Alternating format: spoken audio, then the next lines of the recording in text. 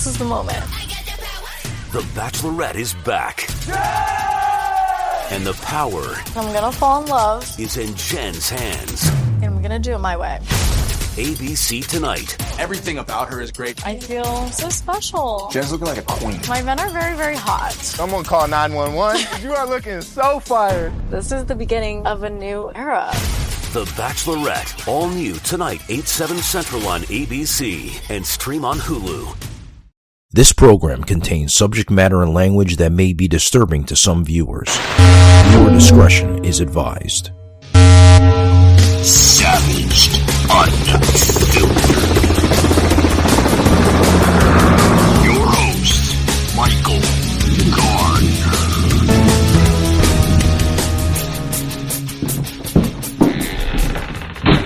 Alrighty, guys, welcome to the show. Welcome. As you can see, that we're not doing video at all here. Going to do some audio here, guys. So I do apologize. Welcome to today's show. Welcome, guys. We just had some power restored here. Hopefully, I'm not jinxing anything, but hopefully everything goes into proportion, and it seems like the connection is holding on pretty well, guys. So welcome to today's show. Guys, it's been crazy the last 3 or 4 days. We haven't had a show here due to Hurricane Ian. So it is what it is, right, guys? But, I hope everybody tuned into my social media the other day. Had some really, really good feedback. Do a video here. Show you the update here on this side of Florida. As you can see,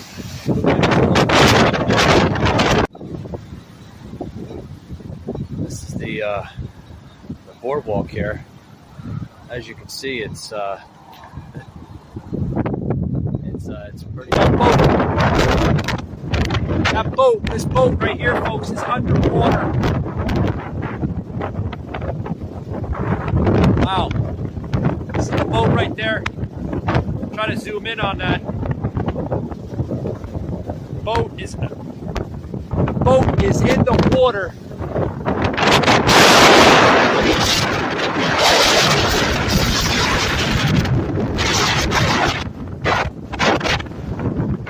I mean, I'm getting blown all over.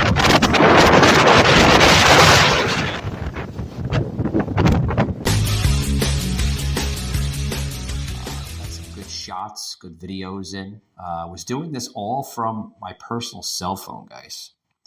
So I got some shots from Hurricane Ian as it was coming over here on the east coast of Florida, over towards Orlando, weakening down from like a fucking category 3 to like category like 1, like in like 20 minutes. I tell you what, guys. It's a fucking strong category 1. Those winds were, I mean, they were doing some crazy stuff, spin-offs and everything else. But guys, we're back here. We're back after 3-4 days of not having a show. We're definitely back, guys.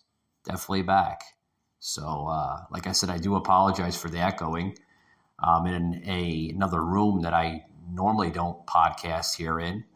But it is what it is. It seems to be holding the connection pretty damn strong. So that's a good thing. Really good thing. The only thing that sucks is I can't go on video. For some strange reason, the video seems to be lagging today. I have no idea. No idea. But, that's what happens. You pay really good fucking money for internet and it seems to not work.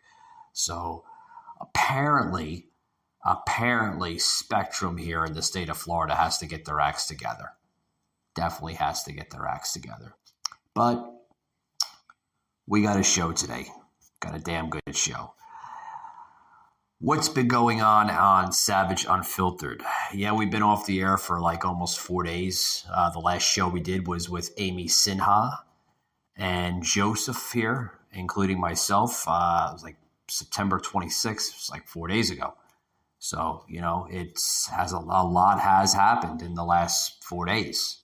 I'm going to give it that. A lot has happened, but the show must go on. Must go on, right? Guys, did you hear the latest coming out of The View?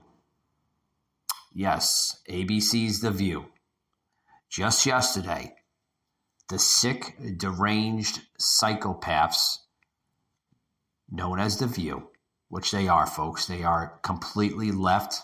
They completely lost their freaking mind. They're out of their mind. They're out of their skulls. And they went into a full-blown hysteria about the Florida governor, Ron DeSantis, saying that I guess he reaps what he sows, right? He gets what is coming to him. So what's going on with Ron DeSantis? Well, he's stepping up, folks. He did what he had to do. They're trying to say that he didn't evacuate. Yeah, didn't evacuate fast enough. Well, I think the people here that live in the state of Florida can speak on that, as well as myself, that Ron DeSantis put out the fucking evacuation about 2 to 3 days prior to the storm's arrival. Literally, guys, he put out that arrival 2 to 3 days before Hurricane Ian ever made its landfall. So I don't know what these ladies, think that he did wrong or did this and did that. But Hurricane Ian made landfall Wednesday night, 2 nights ago, in Southwest Florida, between Naples and Fort Myers. He put out that evacuation state of emergency order like 2-3 days prior to that, which gave plenty enough time for the folks here in Florida to literally vacate the area. Now, if people chose not to evacuate the area, that's their own choice. You can't make somebody evacuate. You can't tell somebody to say, okay, it's time to go and this and that, and you need to leave. You can't make somebody leave. If they don't want to leave, that's their own decision. But to have these ladies, right? They're, first of all, they're not ladies, because a lady's classy. They're women. They're straight up liberal women that have nothing better to do than just to call out people on the right, because for some strange reason, this new agenda here coming from the liberal left seems to want to attack everybody. They seem to want to, make everybody's life a living hell.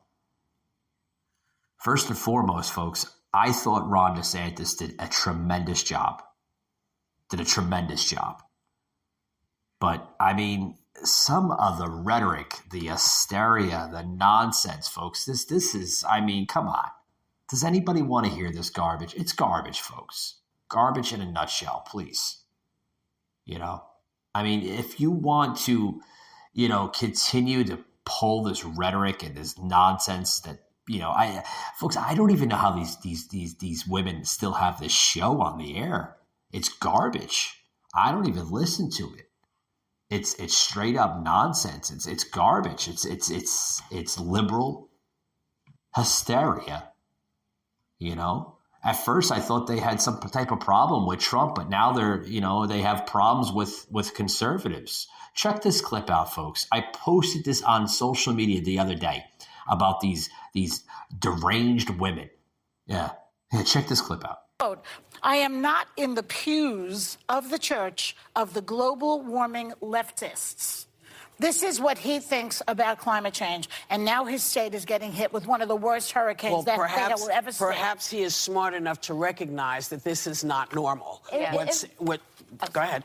I hope that becomes the minority position, by the way, for Republicans. Younger Republicans absolutely know climate change is a crisis. It's an existential threat we have to deal with. Can you ask them to run for office then? I'm hoping they do. That would be great. And they don't want to.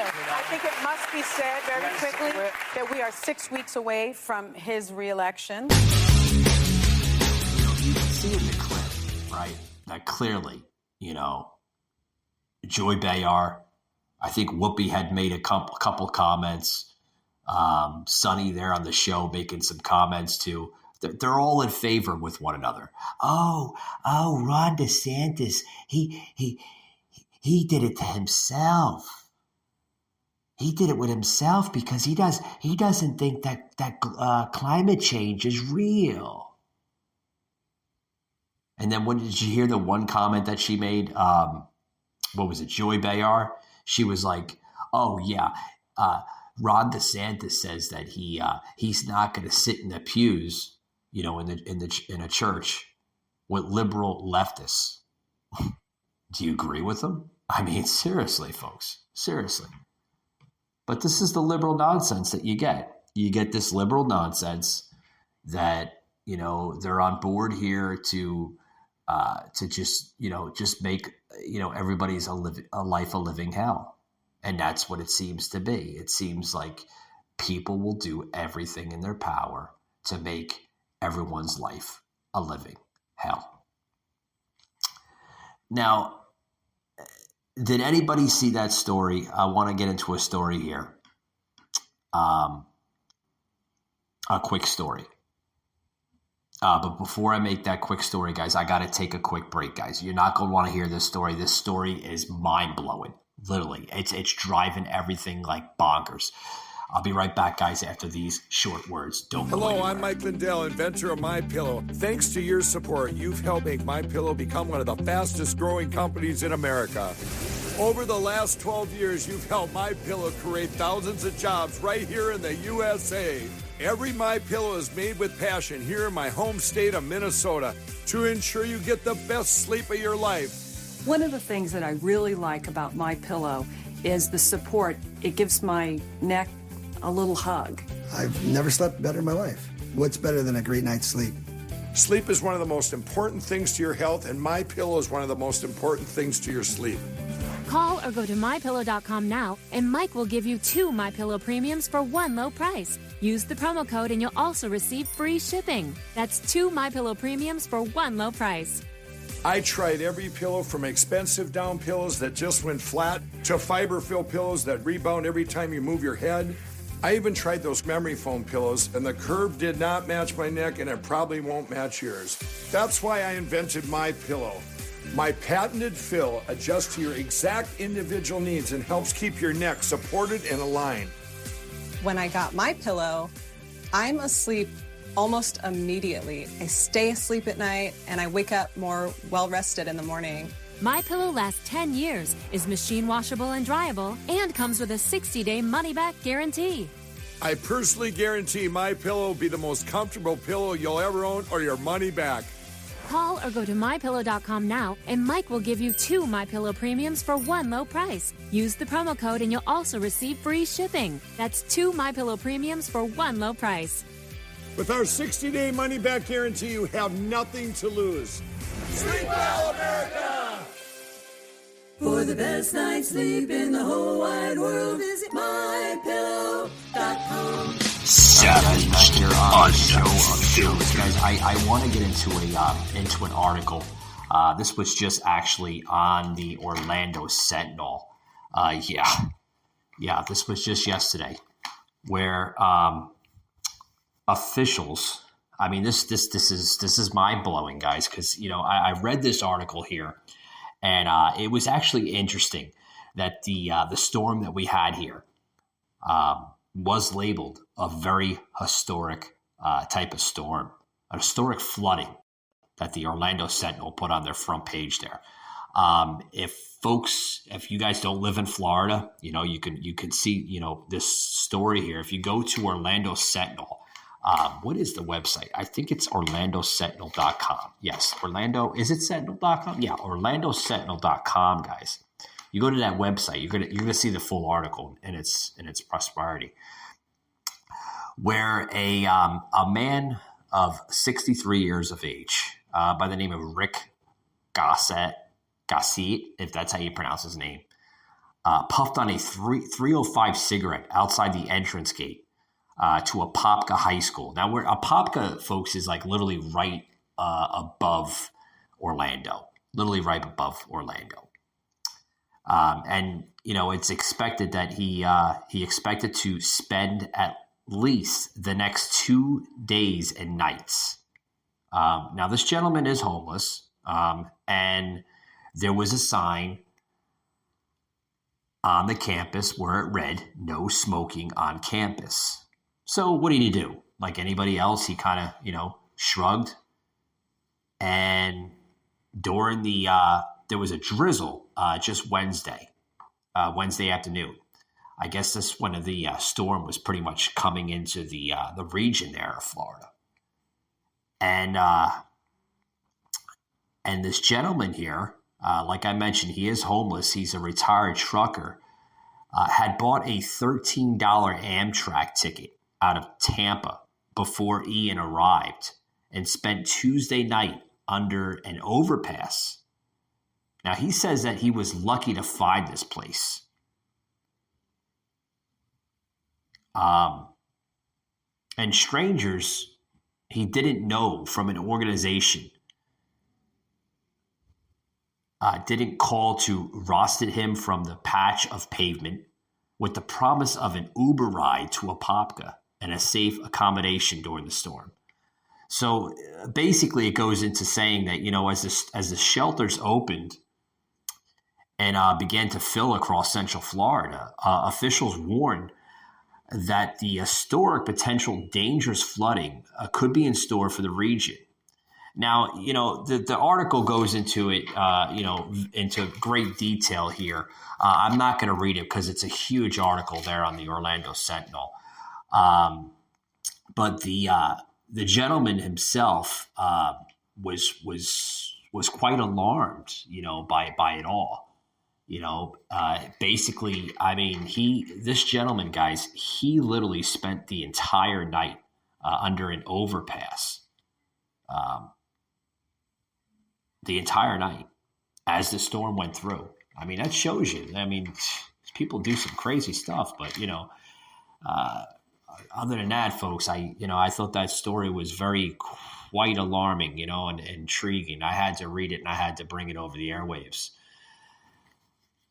What else is happening here from the storm, guys? We're getting a lot of nasty political ads that are literally raging on during this storm.